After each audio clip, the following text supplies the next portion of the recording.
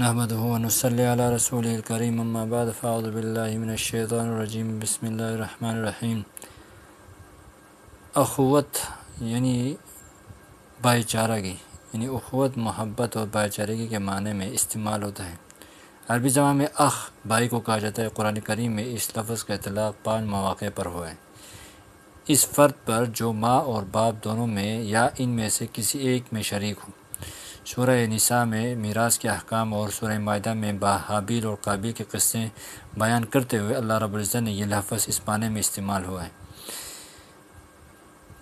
ایک قوم اور قبیلے کے افراد کو بھی آپس میں بھائی بھائی کہا جاتا ہے۔ حضرت ہود علیہ السلام، حضرت لوط علیہ السلام، حضرت شعیب علیہ السلام کے بارے میں قرآن کریم میں جو آتا ہے کہ ان میں ایک قوم کی طرف یعنی کیا بھائی کو بھیجا گیا ہے، تو اس میں مراد یہی نسل اور قوم اور اخوت ہے۔ دینی اور ایمانی اخوت اور ارشاد خداوندی ہے کہ انما المؤمنون اخوۃ، بے شک ایمان والے بھائی بھائی ہیں۔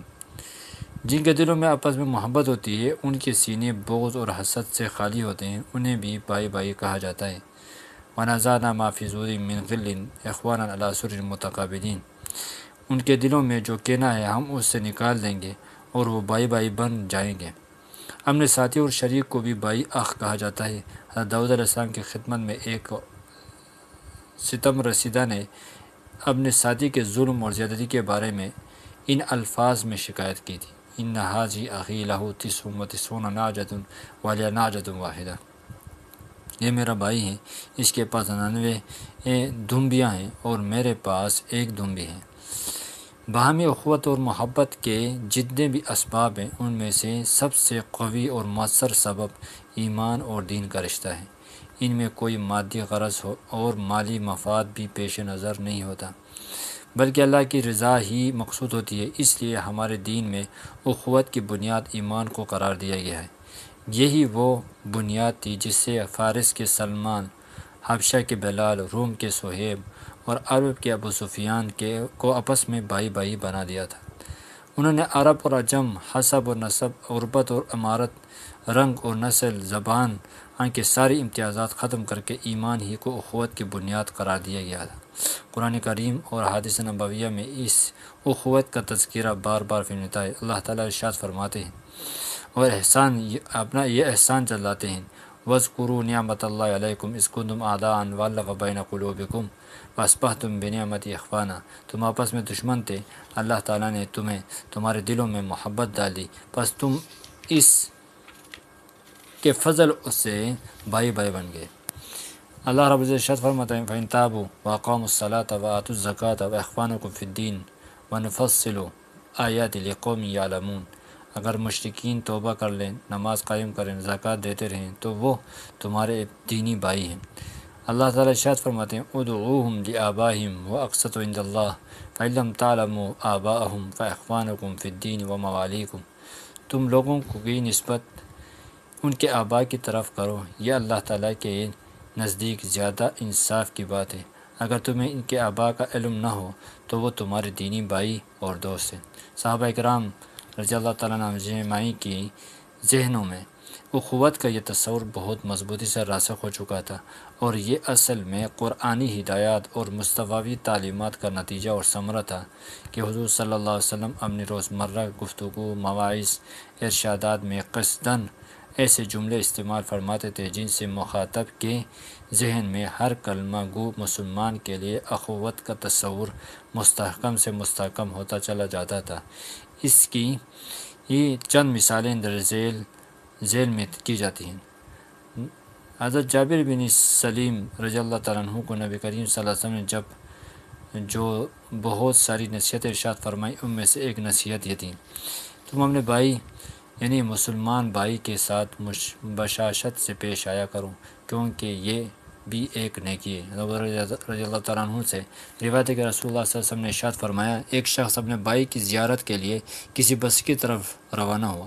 راستے میں اللہ تعالیٰ نے ایک فرشتہ مقرر کر دیا جس نے اس سے سوال کیا کہ تم کہاں جا رہے ہو؟ اس نے کہا کہ میں فلاں بستی میں اپنے مسلمان بھائی سے ملاقات کے لیے جا رہا ہوں۔ فرشتے نے پوچھا کہ کیا اس نے تمہارے اوپر کوئی احسان کیا تھا جس کا تم بدلہ چکانے جا رہے ہو؟ اس نے جواب دیا کہ اس کا میرے اوپر کوئی احسان نہیں۔ بس میں اللہ تعالیٰ کے رضا کے لیے اس کی محبت کرتا ہوں۔ فرشتے نے اسے بتا دیا کہ مجھے اللہ تعالیٰ نے تمہارے پاس یہ خوشخبری سنانے کے لیے بھیجا ہے کہ جیسے تم اس مسلمان بھائی سے اللہ کے لیے محبت کرتے ہو، ایسے اللہ تعالیٰ بھی تم سے محبت کرتا ہے۔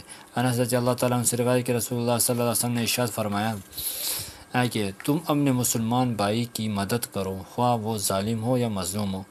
صحابہ کرام نے عرض کیا ہے رسول اللہ صلی اللہ علیہ وسلم، ہم مظلوموں کی تو مدد کریں گے لیکن ظالم کی کیسے مدد کریں گے؟ آپ صلی اللہ علیہ وسلم نے ارشاد فرمایا تم اس ظلم سے روک دو، یہی اس کی مدد ہے۔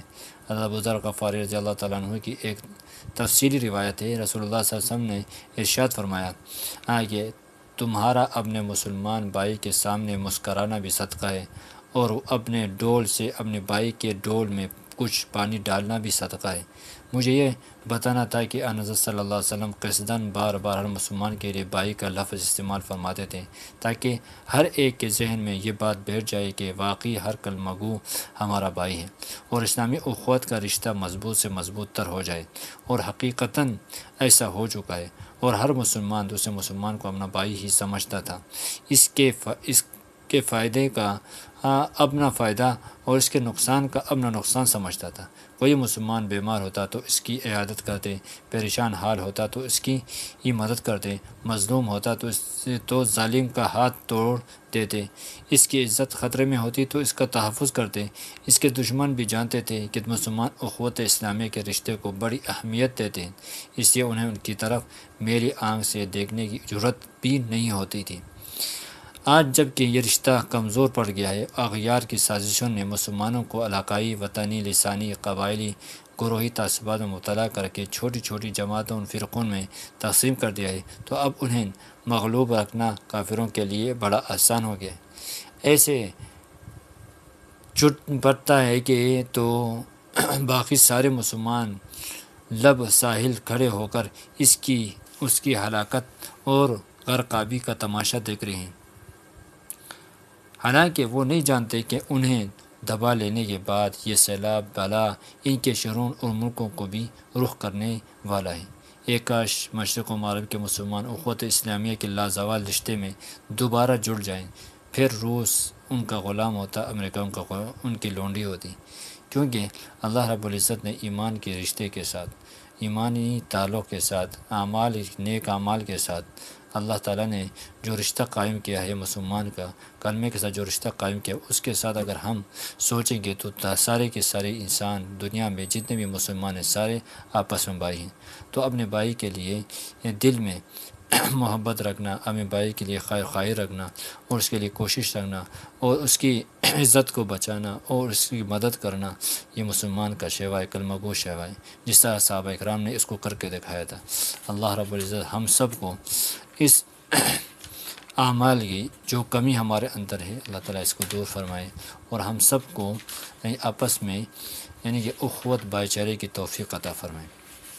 اس کے ساتھ اجتماعیت ہے، یعنی اجتماعیت بھی جو ہے نا اس اسلام کا ایک رکن اعظم ہے، اس کو بھی اگر ہم قائم کریں گے تو وہ اس سے بھی کیا ہوگا، اجتماعیت، اسلام اجتماعی دین ہے، اور اس کے تقاضے احکام جنگلات کی کوششوں اور پہاڑوں کے غاروں میں پورے نہیں ہو سکتے، انہیں روبہ عمل لانے کے لیے اجتماعیت کی ضرورت ہے۔ نماز روزہ ہو یا حج زکوٰۃ ہو، جمعہ عیدین ہو، جہاد ہو، درجے حدود و شریعہ کا نفاذ ہو، ان سب کے اندر کسی نہ کسی انداز میں اجتماعیت کار فرمائے۔ اجتماعیت مسلمان میں باہمی الفت محبت پیدا کرتی ہے۔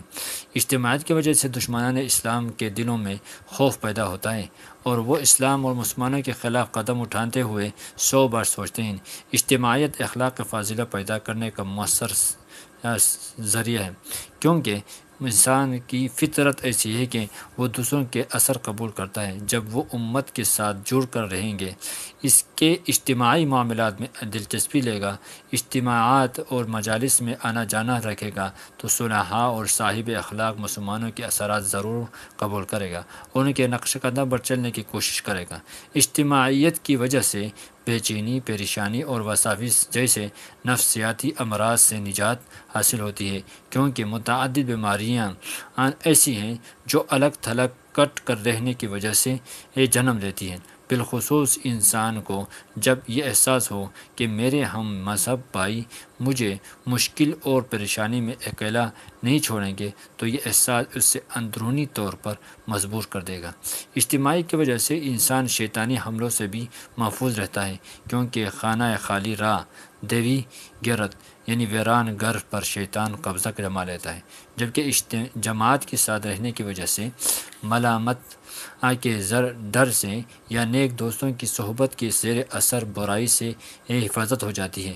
اجتماعیت کی وجہ سے لمحہ بلمحہ فرد اور معاشرہ بلکہ پورے عالم اسلام کی نئی قوت حاصل ہو سکتی ہے۔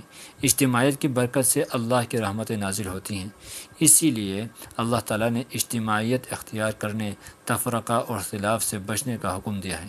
ارشاد خداوندی ہے وَاعْتَصِمُوا بِحَبْلِ اللَّهِ جَمِيعًا وَلَا تَفَرَّقُوا وَاذْكُرُوا نِعْمَةَ اللَّهِ عَلَيْكُمْ إِذْ كُنتُمْ أَعْدَاءً فَأَلَّفَ بَيْنَ قُلُوبِكُمْ فَأَصْبَحْتُمْ بِنِعْمَتِهِ إِخْوَانًا۔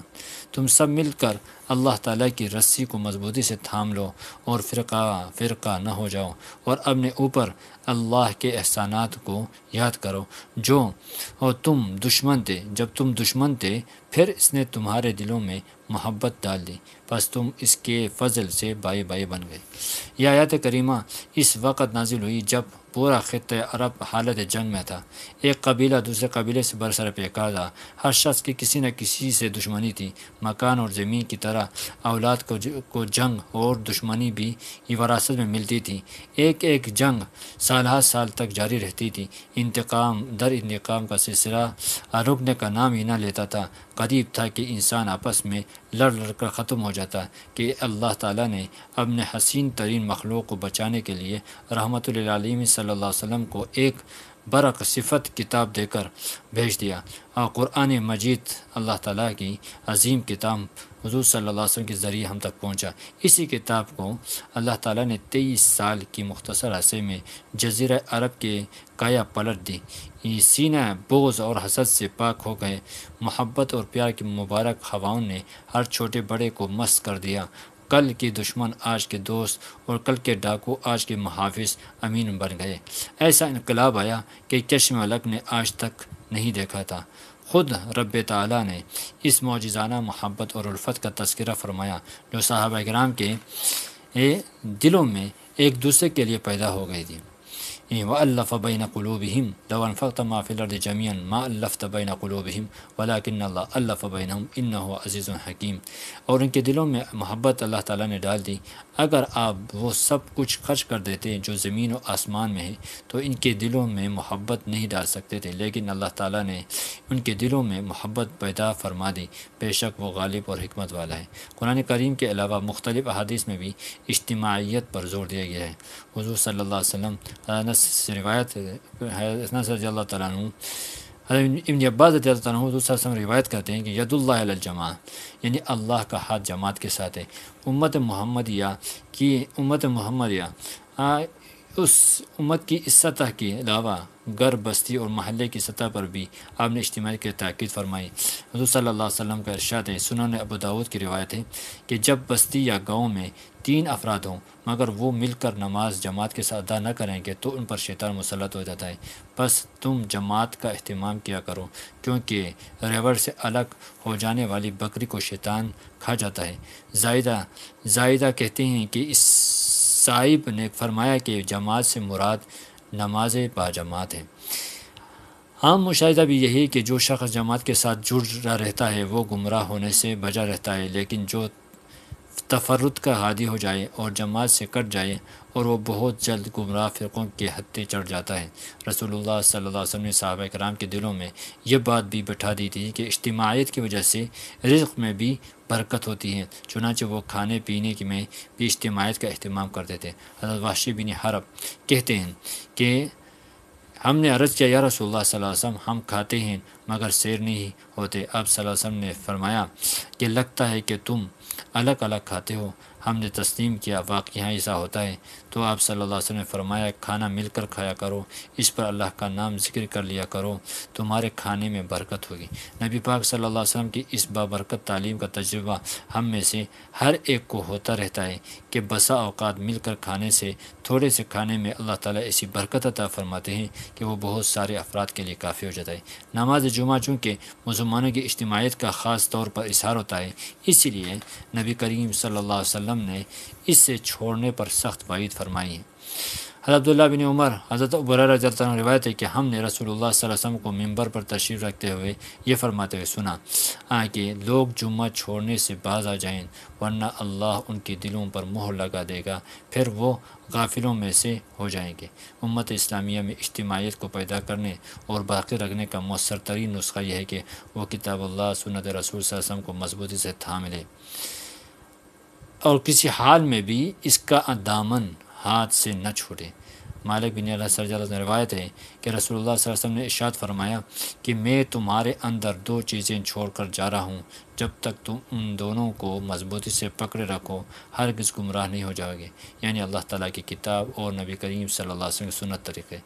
آج جو مسلمانوں میں انتشار افتراق دکھائی دیتا ہے، دوسرے اسباب کے علاوہ ان کا سب سے بڑا سبب یہ ہے کہ مسلمانوں نے کتاب اللہ اور سنت رسول صلی اللہ علیہ وسلم کو چھوڑ دیا ہے، یعنی نبی کریم صلی اللہ علیہ وسلم کی سنتوں کے چھوڑنے کی وجہ سے ہمارے اندر رسم و رواج اور اسی طرح کے بدعات آ گئے ہیں، اور نبی حضور صلی اللہ علیہ وسلم عام کی سنتوں کو چھوڑنے کی وجہ سے ہم غیروں کی نقالی کرنے لگے اور انگریزوں کے طریقے، غیروں کے طریقے ہمارے اندر گئے، اور کتاب اللہ کو چھوڑنے کی وجہ سے یعنی کیا ہم احکامات پر، حضور اللہ تعالیٰ کے احکامات پر عمل نہیں کرتے، اور اس لیے اللہ تعالیٰ کے رسول کے دین پر عمل کرنے کے لیے ضروری ہے کہ ہم اولیاء اللہ کی صحبت اختیار کریں، نیک مجالس کو اختیار کریں۔ جب تک ہم علماء اکرام کی یعنی کہ مجالس میں اختیار نہیں کریں گے، اولیاء اللہ کی مجالس اختیار نہیں کریں گے، ان کی صحبت میں نہیں بیٹھیں گے، ہم